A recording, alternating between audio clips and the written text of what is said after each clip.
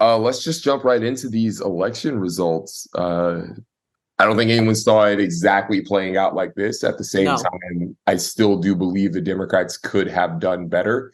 Given, absolutely. But they did better historically, considering usually the is my understanding that the sitting administration usually is the one that holds on during the midterm seats.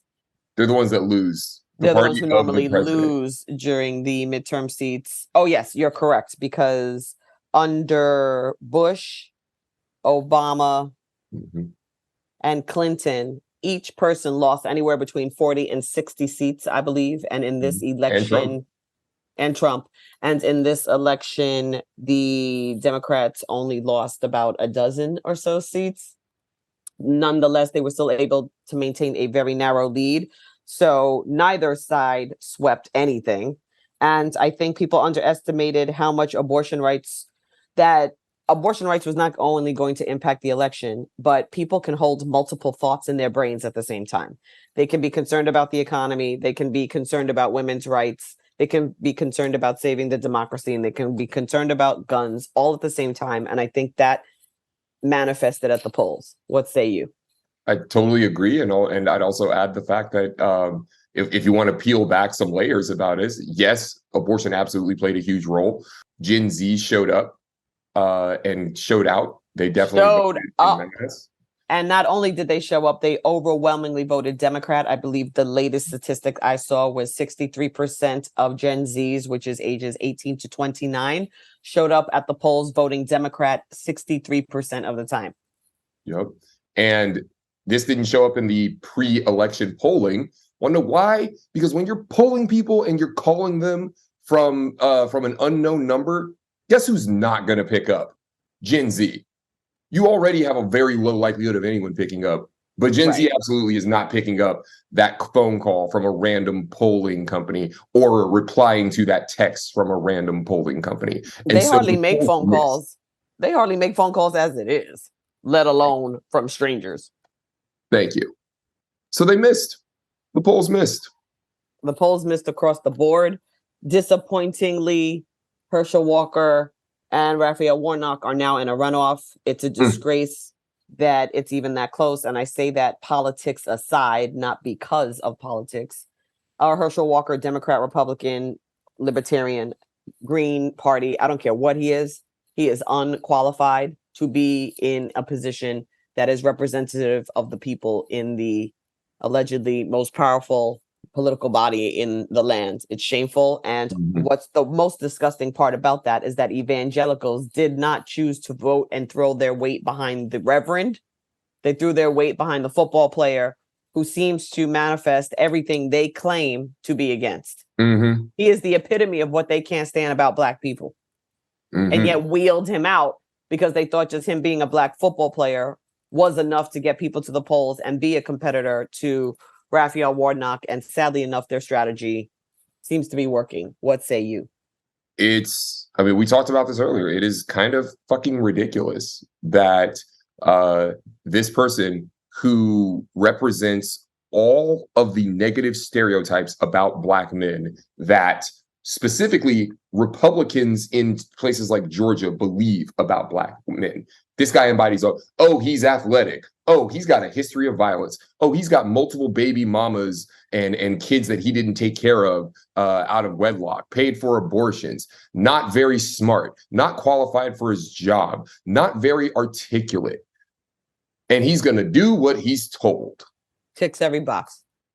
Wouldn't have a problem if it were like we talked about before, a Thomas Sowell type or an Alan Keyes or a Larry Elder type. If you wheeled out a black Intellectual conservative, right? Why don't they? Why do they keep wheeling out entertainers, rappers, and athletes? because that's how little they think of us. Well, based on the polls, maybe they're onto something because he shouldn't have come within a land shot of Warnock. And I don't understand how Christians are not voting for the Reverend. Thank you. But again, I'm at a loss at what people think Christianity is and how they express it because it always seems to be incongruent. Mm-hmm. Exactly. He paid for abortions, but he's going to vote. He supposedly is going to continue to vote against abortion. Okay. Makes sense. I mean, it sounds like most Christians, hypocritical and judgmental about everybody's sins except their own. Mm-hmm. So it Exactly. sounds pretty normal to me. Mm-hmm. The Yeah. runoff is expected to end when? Do we know? Let me look it up.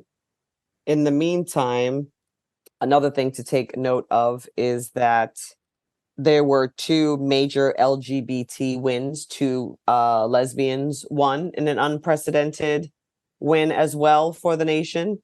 And Fetterman beat Dr. Oz, thankfully, by a decent enough margin to send a message to the carpetbaggers like Dr. Oz to go back to New Jersey where he normally lives. I think he was not seen as one of the people by the Pennsylvanians. And I think it's even fun. There's a comedian who cracked a joke and said, "How bad do you have to be as a candidate to lose against the guy who can't talk?" Obviously, cracking a joke on John Fetterman having a stroke, but nonetheless, I mean, Dr. Mm-hmm. Oz did lose against somebody who had a stroke, but it doesn't mean just because he had a stroke, he's incapable of doing the job. People have illnesses, people recover from illnesses and still manage to produce a lot of great things. I don't think that that should exclude anybody. And like he said, he said he'll be better in January. Dr. Oz will still be a fraud. For me, again, it's politics aside. I think Dr. Oz his credibility has been questioned several times. And Oprah, who put him on, did not throw her hat behind him. What say you? No, I was wondering what Oprah would say. Because sometimes she sits things out. But honestly, actually, ever since Obama showed up, she's actually been a lot more politically vocal. She was strategically quiet before then. So that doesn't surprise me because Dr. Oz's platform is he just ran on being close to Trump. He just ran on MAGA. That was it. So that's an anti-woman platform. So yeah, of course, Oprah said fuck that guy. And Fetterman, also he branded himself as a no frills type of dude, and he just ran around telling people, "Hey, look, fuck that guy. I'm actually from here." And yes, he's a populist, but he's just running as a Trump mini me. And so, yeah, Fetterman, I think he'll be fine. I mean, we all know the senators get incredibly good healthcare, so For life. yeah, he'll be fine. I'm not worried about that. I'm glad Fetterman won. You Um, are. yeah, we'll see how this whole thing shakes out though with the runoff, but it does overall look like the Democrats will have the Senate.